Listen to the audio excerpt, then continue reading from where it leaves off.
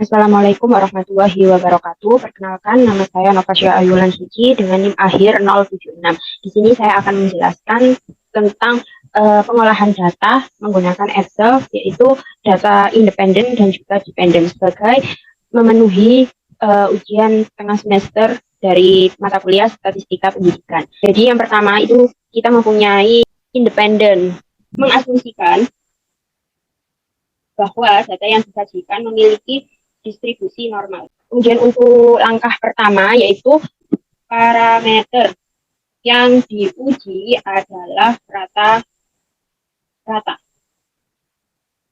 Selanjutnya adalah menentukan H0 dan H1-nya. Jadi H0-nya tidak ada pengaruh penggunaan kartu bergambar terhadap kemampuan menghafal istilah IPA dalam bahasa Inggris. H1 dapat dirumuskan dengan ada pengaruh penggunaan kartu bergambar terhadap kemampuan menghafal istilah IPA dalam bahasa Inggris. Jadi H1-nya, H0-nya kan tidak ada. H1-nya berarti ada pengaruh. Kemudian langkah ketiga yaitu taraf kepercayaan itu ada 95%. Artinya taraf signifikannya itu ada 5%.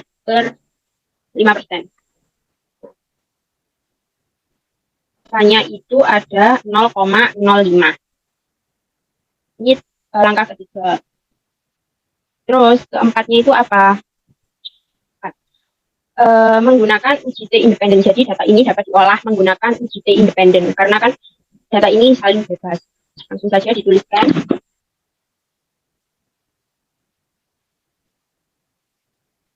Kemudian yang kelima, karena ini saling bebas, maka dilakukan perlu untuk menguji apakah data ini homogen atau tidak homogen.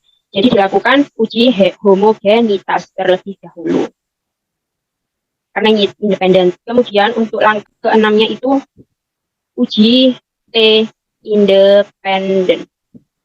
Jadi setelah dilakukan uji homogenitas, dilakukan uji T independen.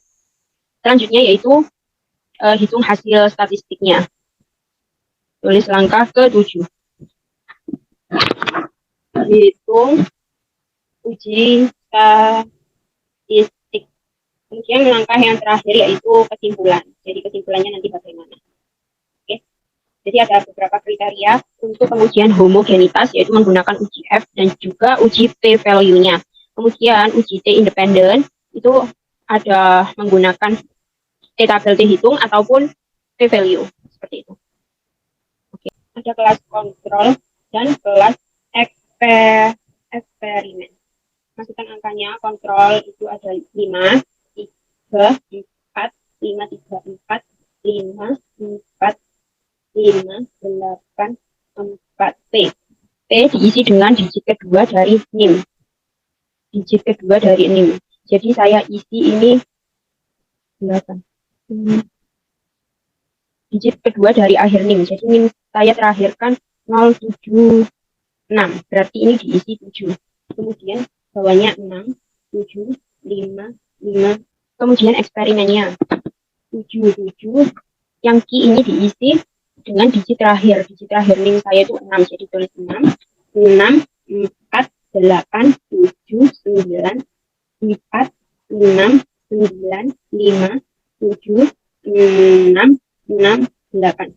Sudah mempunyai data kontrol dan eksperimen. Untuk selanjutnya di sini dituliskan variasi. Untuk melakukan uji homogenitas maka diperlukan adanya variasi terlebih dahulu. Fungsinya adalah untuk dimasukkan pada uji F ini. Ini saya sudah mempunyai rumus. Untuk F, untuk variabel 1 itu pembilang dan variabel 2 itu di penyebutnya.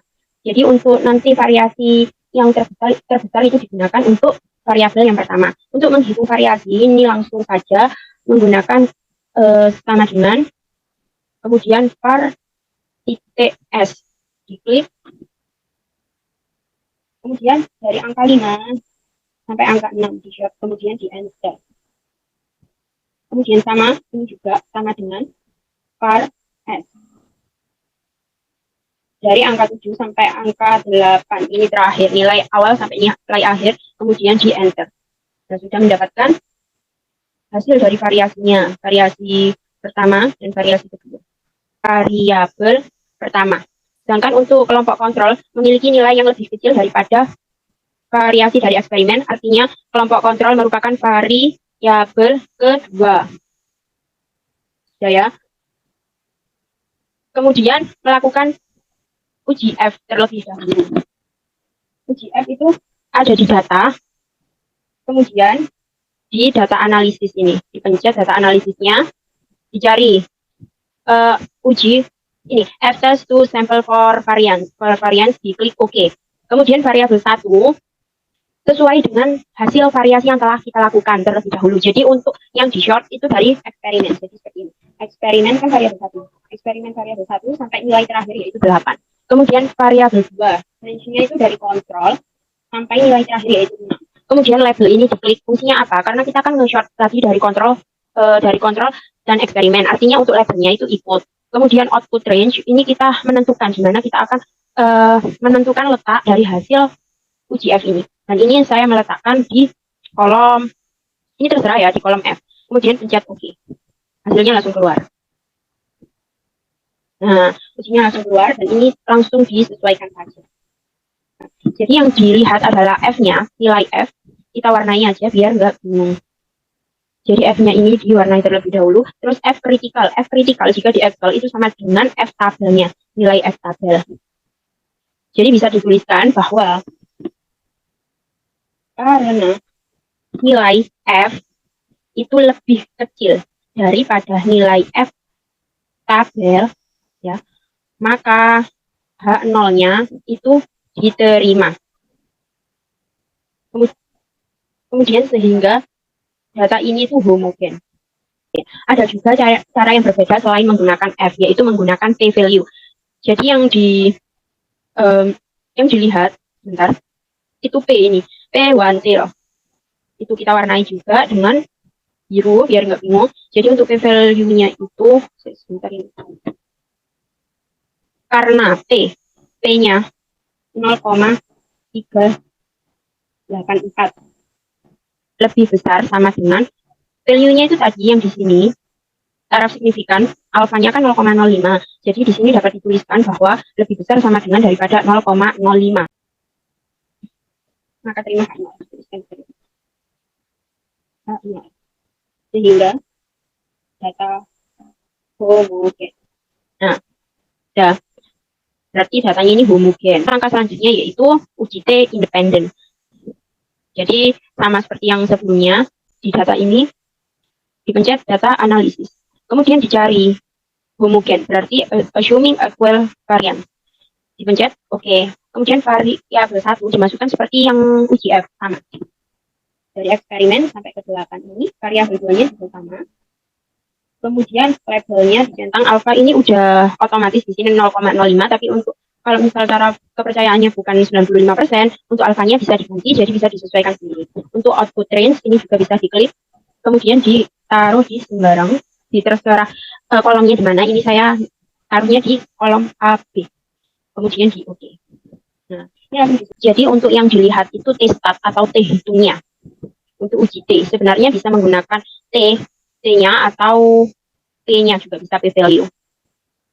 Diwarnai T-stat sama T critical to tail ya. Diwarnai. Kemudian juga ditulis dulu. Karena T-hitung itu T-stat. T-hitung. Hasilnya berapa sih? T-hitung itu 2,4. 2,441 karena saya jelaskan ya. Itu nilainya itu lebih besar daripada T-tabel. T-tabel nilainya berapa? Itu T-tabel itu T kritikal. Jadi nilainya kan 2,04. Artinya T-hitung ini memiliki nilai yang lebih besar daripada T-tabel. Maka tolak H0 alias terima H1. Kalau menggunakan P value bisa apa enggak? Bisa. Jadi P-nya ini P tutil. Kita warnai terlebih dahulu untuk membedakan.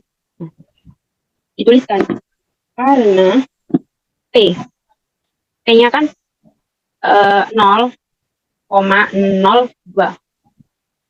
23 ya. Nya lebih kecil daripada 0,05. Ya kan? Oke, maaf. Jadi, value-nya itu maka tolak H0. Atau terima H1.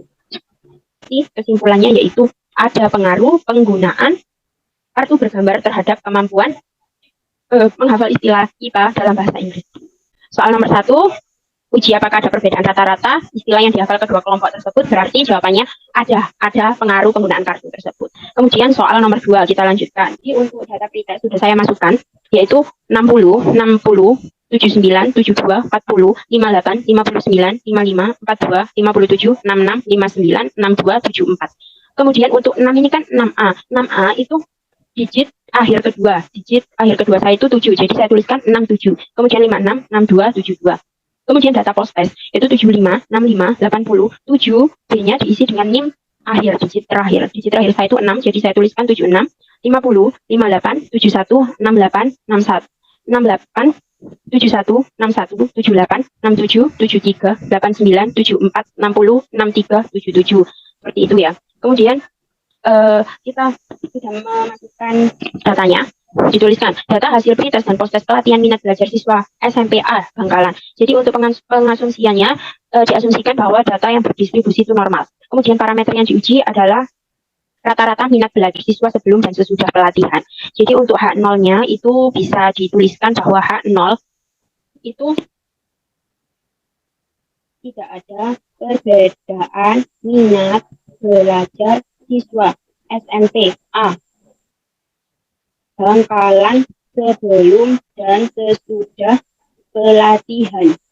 Kemudian untuk H1-nya bisa dirumuskan bahwa ada perbedaan minat belajar siswa SMPA Bangkalan sebelum dan sesudah pelatihan. Jadi untuk 5-nya ini yaitu uji T-nya. Kemudian uji statistik dan kesimpulan. Untuk pengujian data ini tidak memerlukan uji F. Karena kenapa? Saling berhubungan. Dibuktikan dengan apa? Pretest dan post-test. Jadi langsung saja di data analisis dipencet di sini. Kemudian equal t-test langsung yang pair to sample means. Variabel satunya. Salah. Variabel satunya ini pretestnya. Kemudian variabel 2-nya itu, kemudian label diklik, output range, di mana diletakkannya, saya pilih di R. Kemudian di OK. Statnya ini min 5,2. Kemudian T kritikal ini apa? T kritikal adalah T tabel. Dan karena, hasilnya bagaimana? Karena T hitung, T kritikal kan. Lebih kecil daripada min T tabel. Hasilnya min T tabel itu berapa? Min 2,109. 01. Saya bulatkan. Maka H0 ditolak. Artinya H1-nya itu diterima. Kemudian karena P itu lebih besar, karena P lebih kecil, P-nya yang dilakukan itu P kritikal ini. P kritikal itu hasilnya kan ini 0,000006. Berarti P-nya kan lebih kecil daripada 0,05. Artinya maka H0 ditolak. Alias H1-nya itu diterima. Nah, berarti kesimpulan yang didapatkan dari pengujian ini yaitu ada perbedaan minat belajar siswa SMPA Bangkalan dan sebelum dan sesudah pelatihan. Nah, seperti itu yang bisa saya sampaikan. Kurang lebihnya saya mohon maaf. Wassalamualaikum warahmatullahi wabarakatuh.